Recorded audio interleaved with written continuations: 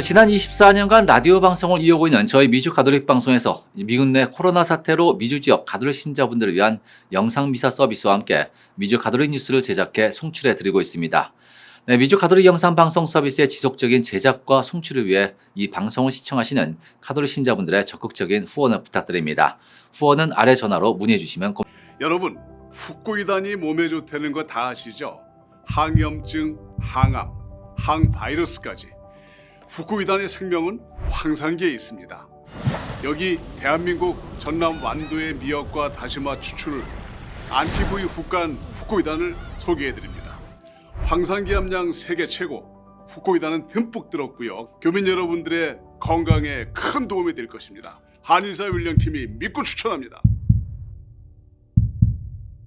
저희 제품은 FDA 인증을 받은 피부용, 인체용 살균 티슈, 살균, 그러니까 박테리아와 바이러스를 죽이는 그러한 성분을 지닌 티슈입니다.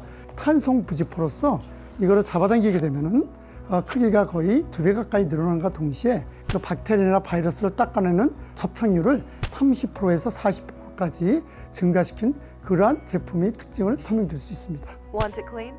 No problem clean. NP clean. 계속해서 2020년 연중 제33주일 미주 가톨릭 영상 뉴스를 시작합니다. 로마 바티칸 교환청이 2년 만에 미국의 시어도어 맥케릭 전 추기경의 성학대 사건 진상 보고서를 공개했습니다.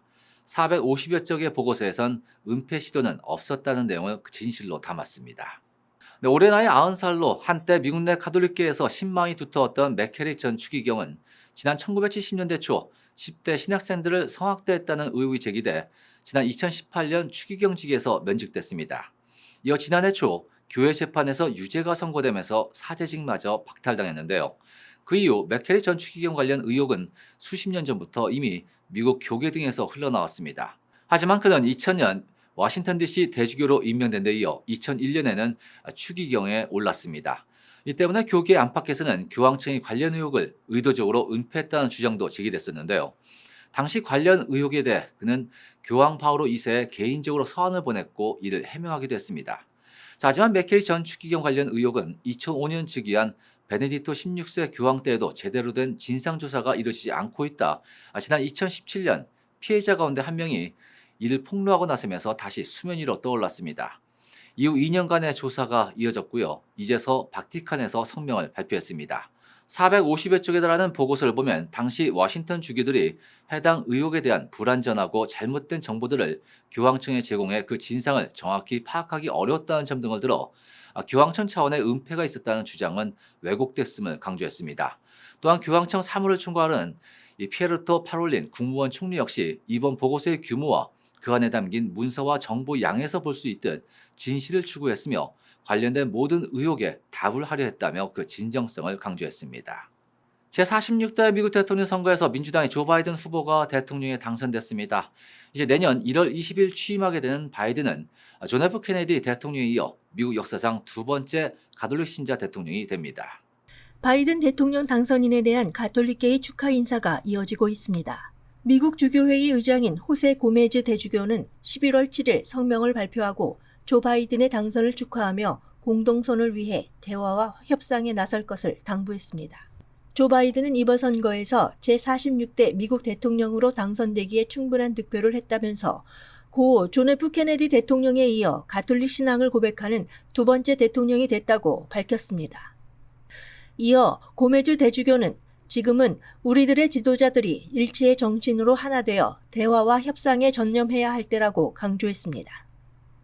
고메즈 대주교는 미국 신자들에게 우리는 가톨릭 신자이자 미국 시민으로서 예수님을 따르고 우리들의 삶에서 예수님 사랑을 증언하고 예수님 왕국을 지상에 세워야 한다면서 지금 이 순간 가톨릭 신자들은 평화 중재자로서 형제애와 상호 신뢰를 증진시켜 미국에서 진정한 애국주의 정신을 새롭게 하기 위해서 기도해야 한다고 덧붙였습니다. 또 고메즈 대주교는 복되신 성모 마리아께 미국을 위해 중재해 줄 것을 간구하면서 미국에서 모든 인간의 숭고한 삶이 보장되고 양심과 종교의 자유가 보장되길 기도한다고 밝혔습니다. 한편 바이든은 미국 역사상 두 번째 가톨릭 신자 대통령이 되지만 낙태를 지지하고 낙태에 대한 연방정부의 지원을 확대해 미국 주교회의의 비판을 받기도 했습니다. 하지만 독실한 가톨릭 가정에서 자란 바이든 대통령 당선자는 지난 7일 선거 승리 선언 이후 다음 날 자택이 있는 델라웨어주 월밍턴의 성 요셉 성당을 찾아 미사에 참여하는 것으로 당선인 첫 일정을 시작하며 독실한 가톨릭 신자임을 다시 한번 보여주었습니다. 그렇습니다. 미국 역사상 두 번째로 가톨릭 신자로서 대통령에 당선된 바이든 당선인이 이제 프란치스코 교황과도 통화를 가지며 이 기후변화와 난민 등의 문제 등을 논의했습니다. 바이든 당선인 인수위원회는 바이든 당선인이 교황과 통화를 했다며 당선인은 교황의 축하와 축복에 감사하고 평화와 화해 그리고 인류의 유대 증진을 위한 교황의 리더십에 감사를 표했다고 전했습니다. 이어 바이든 당선인은 모든 인간이 존엄하고 동등하다는 공동의 믿음 하에 소외되고 가난한 자를 돌보며 기후변화의 위기에 대응하고 이민자와 난민을 환영, 통합하는 등의 문제에 있어 협력하기를 바란다는 기대를 표명했다고 덧붙였습니다. 한편 바이든 당선인은 지난 오바마 전임 대통령 시절 부통령으로서 2016년 4월 로마 바티칸을 찾아 교황을 만나기도 했습니다. 또한 2015년 9월 프란치스코 교황이 미국을 방문했을 당시 버락 오바마 당시 대통령과 함께 공항에 나가 영접하는 등 그 인연의 끈을 이어오고 있습니다. 호주에서 한국으로 건너가 좋은 이웃이자 사제로 활동했던 황 프란치스코 신부가 64년의 한국 생활을 끝으로 지난 9일 선종했습니다. 이 소식은 이곳 미국에까지 전해졌습니다. 황 신부는 1930년 호주 멜버른에서 태어나 1948년 성 골롬반 외방 성교회에 입회했고 1955년 호주에서 사제 서품했습니다. 이듬해 한국에 도착해 1957년 춘천교구 강릉 임당동 보좌 신부로 사목 활동을 시작했습니다. 이어 1959년부터 1963년까지 원주교구 정선 주임 신부로 있으면서 본당을 설립했고 1980년부터 4년간 호주로 파견돼 신학원 지도 신부로 활동하며 시드니에서 한인 사목을 펼쳤습니다. 이후 1985년 한국으로 돌아와 서울 관악구 신림 10동 사랑의 집에서 노동 사목에 들어갔으나 심장이 좋지 않았던 탓에 활동을 중단했습니다. 2009년 은퇴한 후로는 제주 골룸반 하우스의 매니저로 살림과 후원회를 위한 활동과 필리핀 이주민 사목 등 선교를 이어갔습니다. 빈소는 제주중앙주교자 성당 지난 11일 오전 10시 같은 곳에서 장례 미사가 치러졌으며 고인은 호주가 아닌 마지막 사목지인 제주 황사평 성직자 묘역에 안장됐습니다. 미주 지역 가톨릭 신자분들을 위한 미주 가톨릭 방송 영상 서비스에 다시 한번 여러 가톨릭 신자분들의 적극적인 후원을 부탁드립니다. 후원은 아래 전화로 문의해 주시면 고맙겠습니다.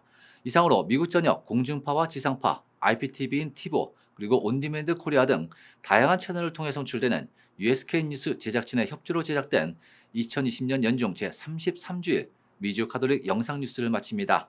이번 한 주간 역시 영육간의 건강이 항상 함께 하시기를 기원합니다. 고맙습니다.